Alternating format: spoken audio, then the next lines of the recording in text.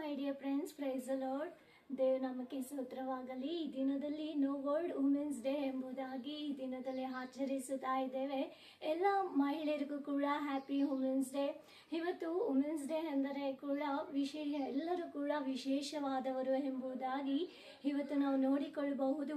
ಇವತ್ತು ಸತ್ಯವೇದದಲ್ಲಿ ಅನೇಕ ವುಮೆನ್ಸ್ಗಳು ಮಹಿಳೆಯರುಗಳು ನಮಗೆ ಒಂದೊಂದು ಸಂದೇಶವನ್ನು ತಿಳಿಸಿಕೊಟ್ಟು ಹೋಗಿರುವುದನ್ನು ನಾವು ನೋಡಿಕೊಳ್ಳಬಹುದು. ಅದರೊಳಗೆ ನಾವು ಲೂಕನ ಬರೆದ ಸುವಾರ್ತೆಯಲ್ಲಿ ಒಂದು ಮಹಿಳೆಯನ್ನು ನಾವು ನೋಡಿಕೊಳ್ಳಬಹುದು.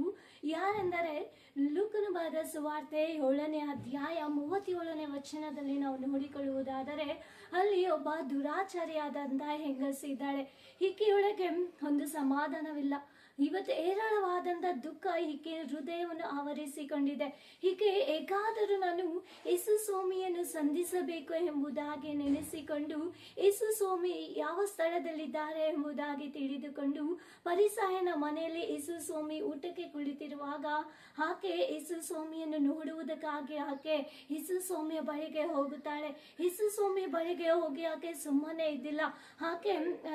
ಆಕೆ ಯೇಸು ಸ್ವಾಮಿಯ ಪಾದವನ್ನು ಆಕೆ ಸುಗಂಧ ತೈಲದಿಂದ ಹಚ್ಚಿ ಆಕೆ ಕಣ್ಣೀರಿನಿಂದ ತನ್ನ ಪಾದವನ್ನು ನೆನೆಸಿ ತನ್ನ ತಲೆ ಕೂದಲಿನಿಂದ ಯೇಸು ಸ್ವಾಮಿಯ ಪಾದವನ್ನು ಒರೆಸುತ್ತಿರುವಂತಹ ಒಂದು ಘಟನೆಯನ್ನು ನಾವು ಆ ಅಧ್ಯಾಯದಲ್ಲಿ ನಾವು ನೋಡಿಕೊಳ್ಳಬಹುದು.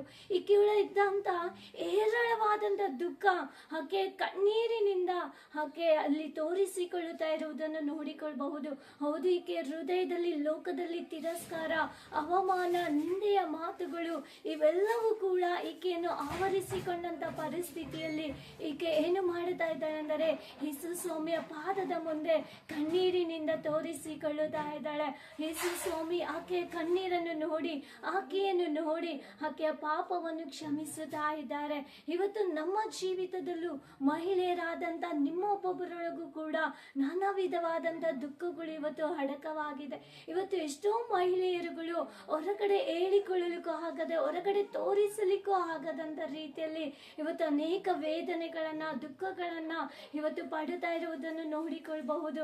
ಈ ಲೋಕದಲ್ಲಿ ಅನೇಕ ಇವತ್ತು ತಿರಸ್ಕಾರಗಳನ್ನ ನಾವು ಈ ಲೋಕದಲ್ಲಿ ಅನೇಕ ಮಹಿಳೆಯರುಗಳು ಫೇಸ್ ಮಾಡುತ್ತಿರುವಂತಹ ಒಂದು ಸಂದರ್ಭಗಳನ್ನು ನಾವು ನೋಡಿಕೊಳ್ಳಬಹುದು.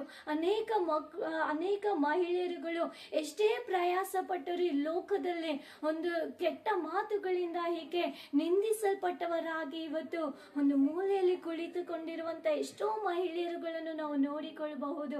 ಹೌದು, ಇವತ್ತು ಅಂತ ಒಂದೊಂದು ಮಹಿಳೆಯರಿಗೂ ಇವತ್ತು ಹೇಳುವಂತ ಇವತ್ತು ಶುಭ ಸಂದೇಶ ಯಾವುದೆಂದರೆ ಆ ದುರಾಚಾರಿಯ ಹೆಂಗಸಿನ ರೀತಿಯಲ್ಲಿ ನೀವು ಇವತ್ತು ಯೇಸು ಸ್ವಾಮಿಯ ಬಳಿಗೆ ಬನ್ನಿರಿ. ಆ ದುರಾಚಾರಿಯಾದಂತ ಹೆಂಗಸು ತನ್ನ ದುಃಖವನ್ನು ಹೋಗಲಾಡಿಸಿಕೊಳ್ಳುವುದಕ್ಕೆ, ಒಂದು ಸಮಾಧಾನವನ್ನು ಹೊಂದಿಕೊಳ್ಳುವುದಕ್ಕಾಗಿ ಯೇಸು ಸ್ವಾಮಿಯನ್ನು ಹುಡುಕಿಕೊಂಡು ಬಂದ ರೀತಿಯಲ್ಲಿ ಇವತ್ತು ನೀವು ಕೂಡ ನಿಮ್ಮ ದುಃಖದ ಮಧ್ಯದಲ್ಲಿ, ನಿಂದೆಯ ಮಧ್ಯದಲ್ಲಿ, ತಿರಸ್ಕಾರದ ಮಧ್ಯದಲ್ಲಿ ನೀವು ಇವತ್ತು ಯೇಸು ಸ್ವಾಮಿಯನ್ನು ಹುಡುಕಿಕೊಂಡು ಬರುವಾಗ ಖಂಡಿತವಾಗಲು ಯೇಸು ಸ್ವಾಮಿ ನಿಮ್ಮೊಳಗೆ ಒಂದು ಸಮಾಧಾನವನ್ನು ಕೊಡಲಿಕ್ಕೆ ಶಕ್ತನಾಗಿದ್ದಾನೆ, ಒಂದು ಸಂತೋಷವನ್ನು ಕೊಡಲಿಕ್ಕೆ ಶಕ್ತನಾಗಿದ್ದಾನೆ. ನಿಮ್ಮ ಜೀವಿತವನ್ನು ಕೂಡ ದೇವರು ವಿಶೇಷವಾದಂತ ರೀತಿಯಲ್ಲಿ ಆಶೀರ್ವದಿಸಲಿಕ್ಕೆ ಶಕ್ತನಾಗಿದ್ದಾನೆ.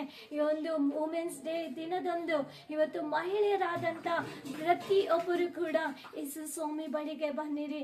ಯೇಸು ಸ್ವಾಮಿಯ ಬಳಿಗೆ ಬರುವಾಗ ಖಂಡಿತವಾಗಲು ಒಂದು ದೊಡ್ಡ ಬಿಡುಗಡೆಯನ್ನು, ದೊಡ್ಡ ಆಶೀರ್ವಾದವನ್ನು, ದೊಡ್ಡ ಸಮಾಧಾನವನ್ನು ಹೊಂದಿಕೊಂಡು ಹೋಗಲಿಕ್ಕೆ ನಾವು ಶಕ್ತರಾಗಿದ್ದೇವೆ.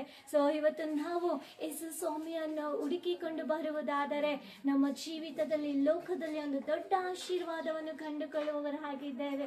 Thank you. God bless you.